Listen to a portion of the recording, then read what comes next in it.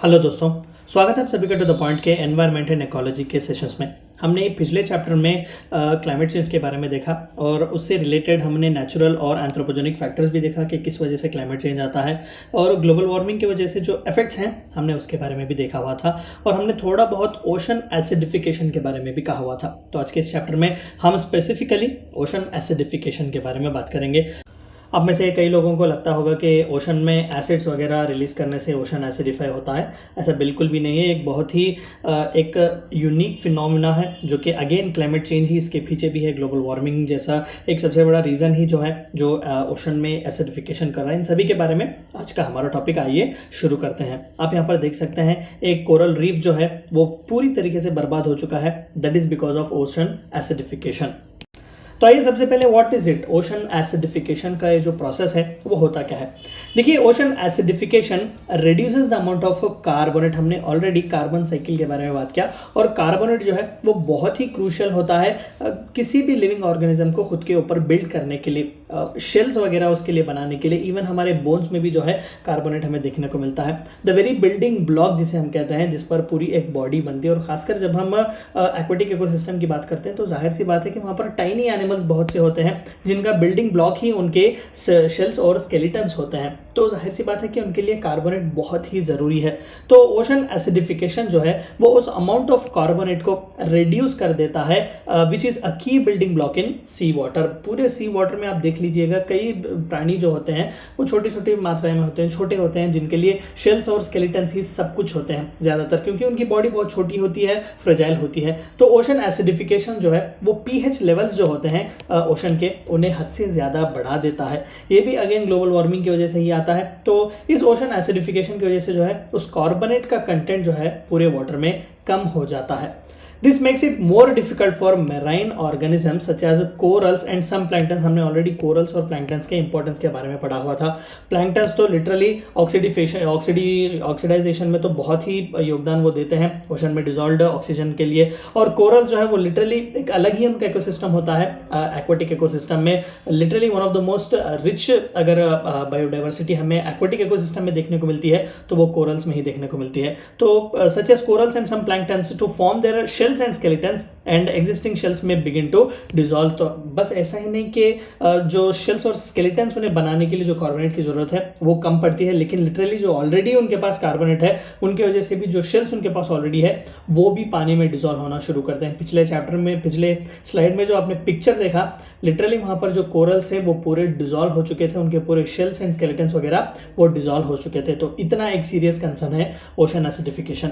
Ocean absorbs a substantial portion of carbon dioxide emitted into the atmosphere by human activity with potentially negative effects on shell forming organisms। हमने already देखा कि carbon dioxide release होता है, तो कई बार जो है कार्बन डाइऑक्साइड प्लैंक्टन्स वगैरह भी जो है वो ऑब्जर्व करते हैं ताकि ओशन में भी ऑक्सीजन वगैरह दे। लेकिन अगर हद से ज़्यादा कार्बन डाइऑक्साइड की तादाद अगर एक्वेटिक इकोसिस्टम में भी बढ़ जाती है तो this is where the real problem of ocean acidification starts. Increasing carbon dioxide in atmosphere due to human activities not only affects the climate, it also has a direct chemical effects on the ocean water। अभी जैसे कि मैंने pH levels कहा, तो ये pH levels भी हद से ज़्यादा बढ़ जाते हैं because of this climate change। The oceans have absorbed between a third and a half of carbon dioxide humans have released into atmosphere since about 1850s। तो एक अच्छा खासा हैवी अमाउंट जो है, third and half heavy amount जो है carbon dioxide observe करते हैं ये ओशंस।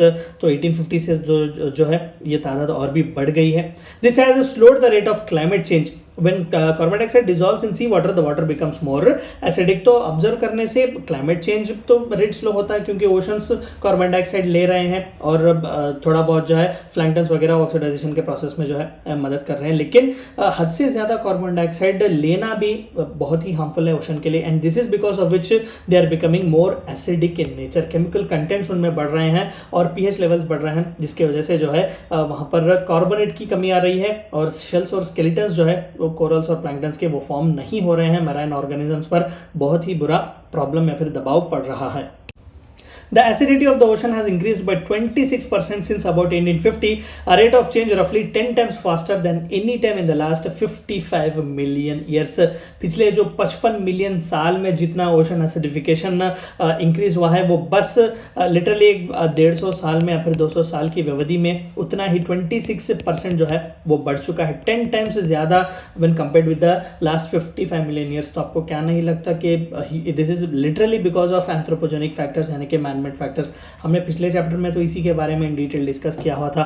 तो अगेन ओशन एसिडिफिकेशन भी is one of the most threatening problems which Mankind is facing, क्योंकि एक्वेटिक इकोसिस्टम बहुत ज़रूरी है इंसानों के लिए भी, एक संतुलन जो है नेचर में बनाए रखते हैं. Associated chemical reactions can make it difficult for marine calcifying organisms such as corals and some planktons to form shells and skeletons, and existing shells become vulnerable to the dissolution. अभी हमने इसके बारे में बात की हुई थी कि ऑलरेडी इस तरीके के केमिकल रिएक्शंस की वजह से बहुत ही मुश्किल होता है उन कोरल्स और उन प्लैंक्टन्स को अपने शेल्स और स्केलेटन्स को बनाए रखना, नए शेल्स और स्केलेटन्स को बनाना, ताकि उनकी भी जो है नस्ल आगे बढ़े. और ऑलरेडी जो एग्जिस्टिंग है वो भी डिजॉल्व हो जाएंगे तो फिर इनकी तादाद कहाँ से रहेगी. Literally they will also be at the verge of extinction. The extent to which calcifying organisms are already being affected by acidification is unclear, and this is a very new area of study. जैसा कि मैंने पिछले chapters में भी कहा कि global warming, environment change वगैरह वो बस 1960s से ही हम सीरियसली ले रहे हैं, पढ़ रहे हैं.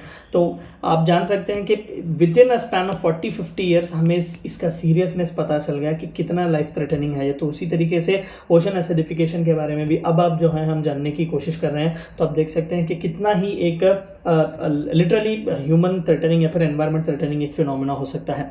Limited evidence suggest that some organisms are more sensitive than the others. Again marine organisms में भी अगेन उनके थ्रेट परसेप्शन इंडेक्स अलग अलग होते हैं कि हर ऑर्गेनिज्म जो होता है मैराइन उसके इस एसिडिफिकेशन को फेस करने का जो स्ट्रेंथ होता है वो अलग होता है. तो इस तरीके से हमें उसके बारे में भी ज़्यादातर पता नहीं है, बहुत ही लिटिल एविडेंस है और भी रिसर्च करना बाकी है.